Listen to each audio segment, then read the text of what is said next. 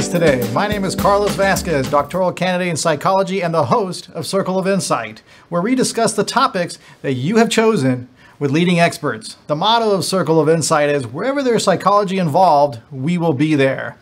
Today's topic is an exciting topic. It's the psychology of intimacy. And we are joined by Dr. Shelley Varad, who's coming from Israel to talk with us today about this. Good morning, Dr. Varad. Hi, how are you? Wonderful. How are you? I'm good. I'm here in Tel Aviv. It's night here. Actually, good evening, yes. But I'm ready. All right. So the first question, we know Dr. Varad is what they call a sexologist. She has a master's in marriage and family therapy and a doctorate in human sexuality. As she has mentioned several times, people always wonder, what is a sexologist? So let's ask her. Dr. Varad? I think every person I meet and I tell them what I do, they ask me, first when I say sexology, they like, you mean sociology or psychology? And I'm like, no, I mean sexology, which is pretty much the study of sex. And then they're like, what do you do? What sexologists do? So it's quite simple, like any other field where in the world, pretty much when we have issues or concern about relationship, intimacy, sexual behavior, when we have issues with our partner in bed or personal issues, then that relates to sex, of course, then they come to me. This is where I can be very helpful. Excellent. Well, it's definitely a topic everybody wants to know about, but it seems it's really hard for everybody to talk about. And you don't normally get it in the media every day. Can you maybe touch a little bit about what intimacy is? For me, and this is how I tell people, that intimacy, it's more about the little thing that relates to touch. What I mean by saying that is holding hands, hugging, kissing, French kiss as well, passionate, good kiss, little kiss on the cheek, do little romantic things like walking together at the park or at the beach, holding hands, talking to each other, small talks, like real small talks, not like, how are you, how you doing, like, how was your day, are you upset, was it good, how do you feel, watching each other face and expressions. This is intimacy. It's those little things that, first of all, physically make us feel very connected, and then mentally we want to know that we see each other, that I can tell that you're upset right now if you're upset, or that you're sad, even if you don't really show it. Interesting. So that's how I see intimacy. So it sounds like there's a clear distinction between intimacy and sex. Yes, but sex, what is sex and sexuality? Sex is also, it's very broad term. Sex used to refer only to intercourse, but we know today that sex is so much more. Sex can be the foreplay, the afterplay, the intercourse, and everything that relates to sexual touch. So that is sex. And I do separate them completely, but I will tell you this. I don't think that you can have passionate, real good sex life without intimacy. That's my personal belief. I think, or it will be much, much better when you develop intimacy with your partner. Interesting. That's Bobby, actually very accurate, very true. I want to take it back, and we're going to take a walk through history for a little bit, if you can. Can you tell us a little bit about intimacy and sex, maybe in the days of the Romans, going far back, and how did they look at it? And because I know every century seems to change a little bit on how they viewed sex and intimacy, and some got a little bit more liberal and some got really conservative, or at least on the facade was really conservative, like the Victorian period. Yes. Go ahead. During this time, it was a bit more, I guess, let's put it in that way. In the 1900s, the concept of children started to develop. Before that, during Roman time, there was not really a concept of a child as it is today. Children and teenagers were considered more as an assistant or young adults that can assist the adults and the wealthy people also sexually. So it's something that is far, far from everything we know today. At the time, they wanted to be accepted into those families, and they wanted some adults to adopt them because it means they're going to have food and good life, and they don't have to work or live on the street. So they were much more open-minded in that sense. Whether it's right or wrong, I cannot tell. That's interesting. So they had a really different view than we have now. More as we mentioned before, we talked about Pompeii. Everybody talks about Pompeii because it froze. It seems like over there it was much more sexual society and culture, as you can tell from the painting who froze and everything that they found there. Yeah, they seem to have a lot of escorts of some sort, or prostitutes in a sense, in their version of it, I guess. And they are acceptable. They accept them, and they're part of a good part of society. I don't think they view them as a bad thing. I also think in the Roman time they were kind of escort, but they probably, I don't think they defined it as an escort. Yes. More, interesting. Adults playmate. Now, what do you think happened to society during the Victorian period, where, if you remember, I'm sure you do, you got really conservative. You wouldn't talk about anything.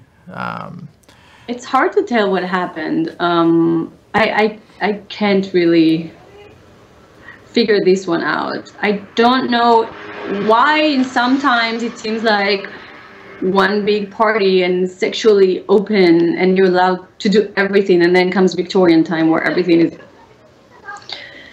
so closed and you don't talk about it, and we don't know who does what. And you know, even if I go to the States in the 50s when Kinsey came, it was a time where it seems like everybody was doing it, everybody was having intercourse and sex, but no one was talking about it.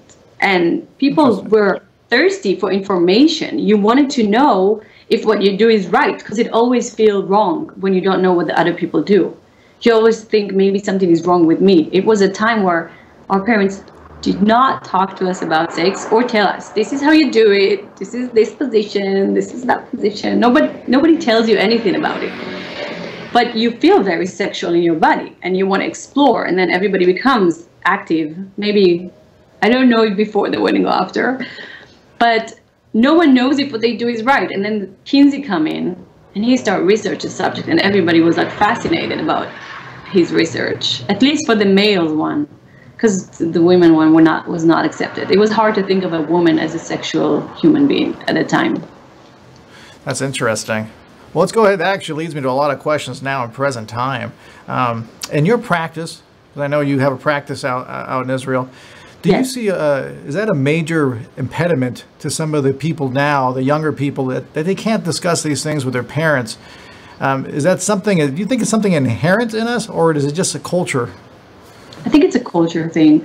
There is two problems here. One, the schools, they don't prepare kids for their human sexuality. If they have the class of human sexuality, they mainly talk about development and menstruation and your breast and, you know, and hair, and it's just very medical, clinical, physical acts that relate to your physical development when you're teenage, but it's not related to sex. When I trained in LA and I worked with teenagers, I realized they were late teens, so I would say 18 to 21, but I realized that teens, they do everything. At least the group I worked with were very experienced. They knew more stuff than I did.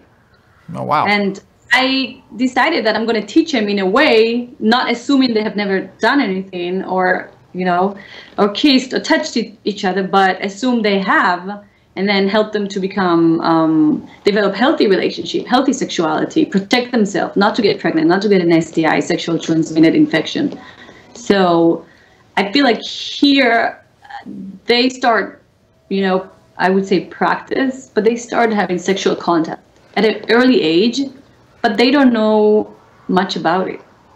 They don't use birth controls or condoms. They don't do a lot of stuff that are very important, but the parents don't talk to them about it either. They're kind of like going around, so it doesn't really help them learn anything either.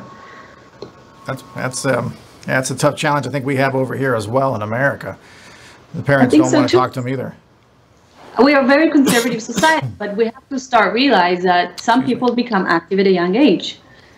So whether we choose to be still conservative, it's okay, but if your teen become active, it's better to prepare him before he decided to engage in sexual activity, rather than having, you know, all the major risk and that involved with it that we don't want. We don't want a pregnant. Your MTV show was like the pregnant teens brought the whole topic up, which is very good. I forgot how you call it. That actually, yeah, that actually brings me to another question. I'm sure as we keep talking, it'll keep bringing me to questions. How does the pornography industry affect intimacy? Do you see that affecting it?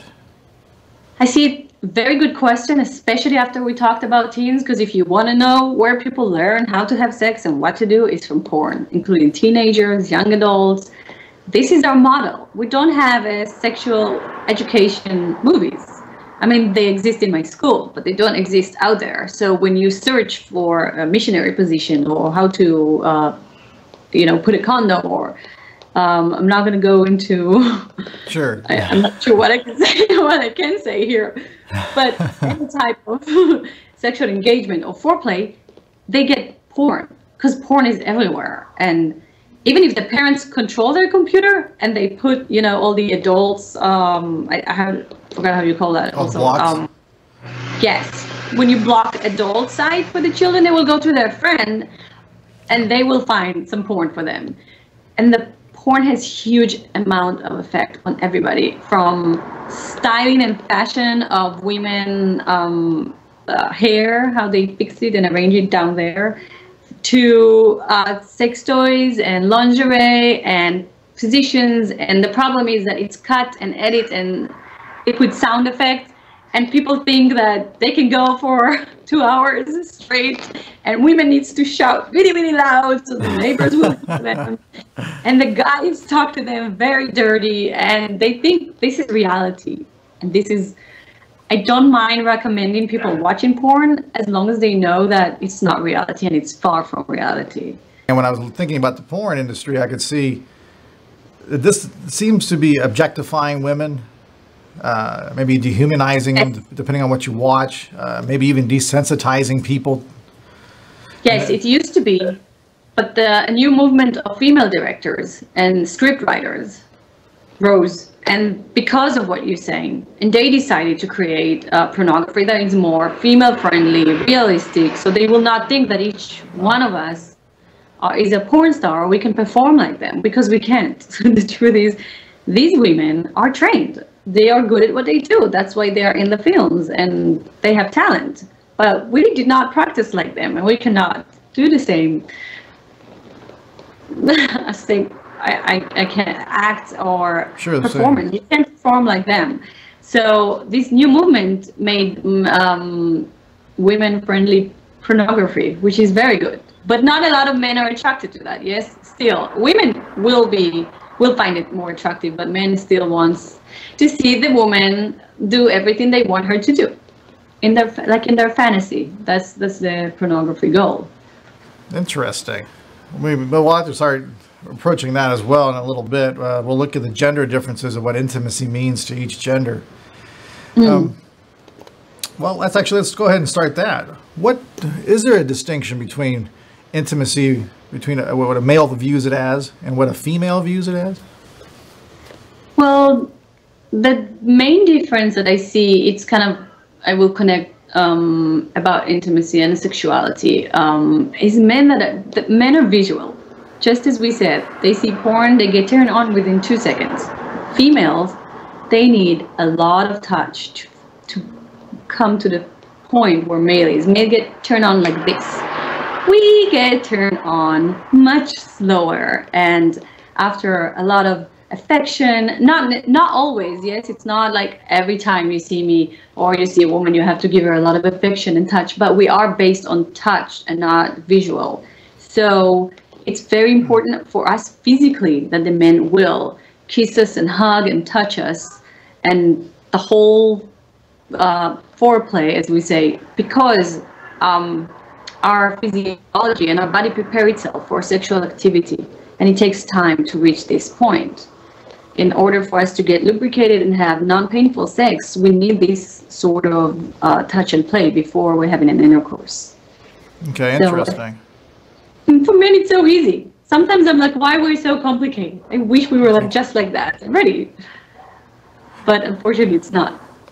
Now, I'm going to move away a little bit from the sex. And, well, I want to look at intimacy. Like you were saying, women like the touch, like the affection, the hugging. I've heard in the past, women, sometimes when they see the man doing something that takes care of the home, whether it's providing, maybe acquiring a job, taking care of the children,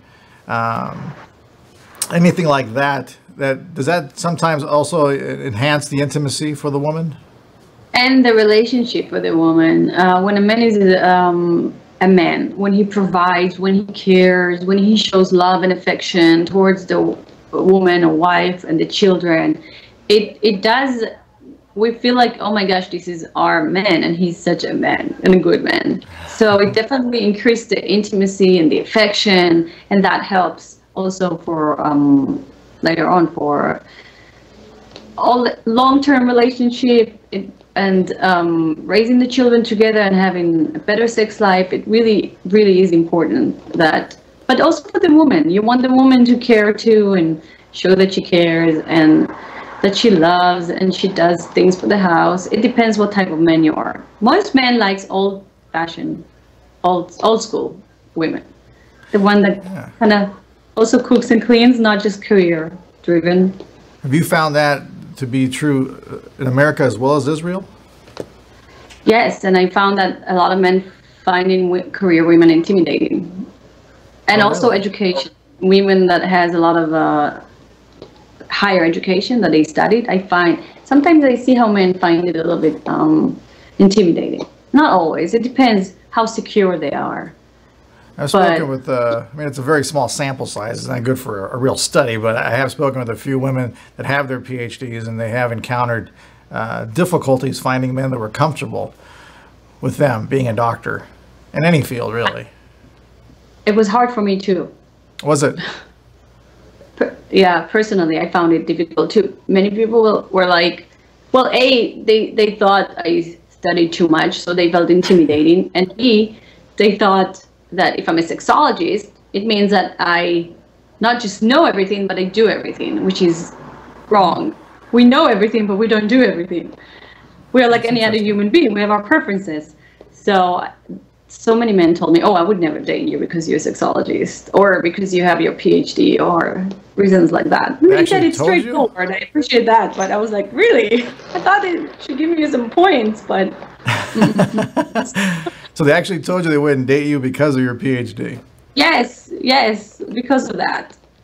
Well, that leads me to, what are some of the areas or challenges for intimacy that you've seen in your practice or in your studies? Maybe pick some of the main themes that you see over and over again repeating itself. Over again is, if we talk about couples, then sure. A lot of couples claim that after a year, they don't understand what happened to their sex life, or that it's really boring, or that they don't feel the same passion they had when they started to date. And it's interesting how many times I've heard that, because I always repeat the same information. I always tell them that when you meet and you are in love, your hormones are going crazy and your sex life are crazy and everything is crazy and we can't see the flaws in each other and we're so in love and we're so high. But with the time, they don't understand what happened. And when it moves from the in love to the love phase, it's not as passionate, but it can be as passionate if they work on it. But people think, no. This should be natural, and I don't need to work on it. If I need to work on it on our sexual relationship, then something is wrong. But the truth is, we all have to work on it. We all have to maintain it. It's like a flower that you don't give it water, it's going to die. This is the basic notion of having a good sex life for over, when you date someone more than a year, for 5 years, 10 years, 20 years. And that's dating. Is that the same thing in marriage? Yes, for marriage as well. Most married couples, they don't understand that they have to work on it. They think if it doesn't come naturally, then there is something wrong with us. Maybe I don't find him attractive. In any case, scholar says that after 4 years, average, research. A lot of research was done about this subject. They said you will not find your partner sexually attractive anymore. But if you have kids, marriage is going to continue. That's what's going to keep you together. But I think they forgot to add that if you work on it, and if you add new stuff and become creative and move away from routine, we have tendency to have the same routine in our sex life as well. Same point. 3 positions, same time, same week, same day of the week, same thing all over again and again. Of course you get tired of it. Imagine I tell you can eat only these 3 sandwiches during the next month. You're going to get bored of eating that. You're not going to want to eat that anymore. So it's the same with sex. Spice it up. Add some new toys. Add some role play. Change location. Change the day, even the time. Do it in the morning instead of the night. Change any little thing, and it's going to make it more exciting. Excellent. We'll get back to that too later on the second part of the show. We'll go over some of the things people can do to improve their intimacy levels and sex life. I have a big list. Huh? I have a big list for that. That's great. Yeah, it's a lot. How does children affect the married couples or non-married couples' sex life? I mean, does it improve it? Does it make it harder? I tell you what, I call children the fruit of love. It's the most beautiful thing a couple can create, really. But the main concern I have with children is that it's something that you are so in love with and you develop such a deep relationship that you forget your partner because they fulfill you. They give you this amazing, pure love. And when you hug them and feel them, it fulfills this need to be touched and warm, not in a sexual way, yes, in a true love way and true connection. And we forget about a partner. That's the main problem with children, that we used to get that kind of warmth and love from our partner, but now we have this cute little creature, a child that is so pure and beautiful and we're so in love with that we don't need anything else. So it's very, very important for fathers and mothers not to forget about each other, to take time off, to take short vacations, to be alone again, work on the intimacy again, and kind of try to bring back what they used to have. That's how I see it. That's a great point. It happens. I have a 4-year-old and a 4-month-old, and it's a wonderful experience. And you have yourself a 5-month-old? Yes. Yes. And it's a wonderful experience, but I can totally see how we forget our partner when the child comes to the relationship. Indeed. We have to pay attention to that. Let's go ahead now. We're going to switch a little bit and go to cultures. A lot of cultures vary in how they perceive intimacy and sex. We've seen all sorts of things over the last centuries, and some still do the same thing. We've seen arranged marriages. We've seen polygamy. These are some of the issues maybe we can discuss a little bit on the show. We'll start off with culture. I know you work primarily now with the Jewish population in Israel. Yes. Mainly, I'm assuming. But you were also here in the States for a while. Can you tell us a little bit about that? Cultural differences, what you've seen? I actually see more similarities between both cultures, and I worked with a very diverse population in LA, like from all sort of cultures, and at least the background. And here I kind of see it similar because I see that people are very religious, or even if they're not extreme religious and they just believe in it, and that affect their sex life a lot. I see a struggle. I see a struggle between what they feel in their body and the need to become a sexual being, because it is a natural thing that kind of attack you one day when you're a teenager. You're like, oh, what's those feelings? And it's going crazy. And you're like, but you want to do stuff, but then if you're religious, you cannot do stuff because they forbidden that until you're married, until you get married. And there's a specific function. I remember we talked about it before. There's a specific function they view sex for. There's a purpose for it, right? Only for children. Just for procreation. Yes, procreation. Exactly. That's the only reason you're allowed to if you are very religious. Because some people are in between, and I find those who in between are struggling. They go here, they go there. They don't know. They feel guilt. If they have premarital sex, they feel a lot of guilt. Or if they self-pleasure themselves, they feel a lot of guilt. Because you're not supposed to self-pleasure yourself. You're supposed to only do it for procreation. And especially for male, it's a big deal. Because when they self-pleasure themselves, they come. And then it's a sperm. And the sperm is just going out there and not for its purpose. So it's... This world is again... But these are more religious people. The non-religious people, they just... I don't see much issue. I see that they do a lot of stuff. They don't talk about everything, but they practice a lot. So the very religious ones, obviously, as you mentioned earlier, they have feelings of guilt, maybe shame. If they will do something that is not written in the Bible or is not part of their religious practice, yes. Sure, and that's got to be a big challenge for them. Does that affect a lot of their relationships? Well, if you're a very religious person, there's only one way for you. There's no other way. And it means you're holding back all this sexual energy. And you don't let your libido get higher. You need to control it all the time on a daily basis.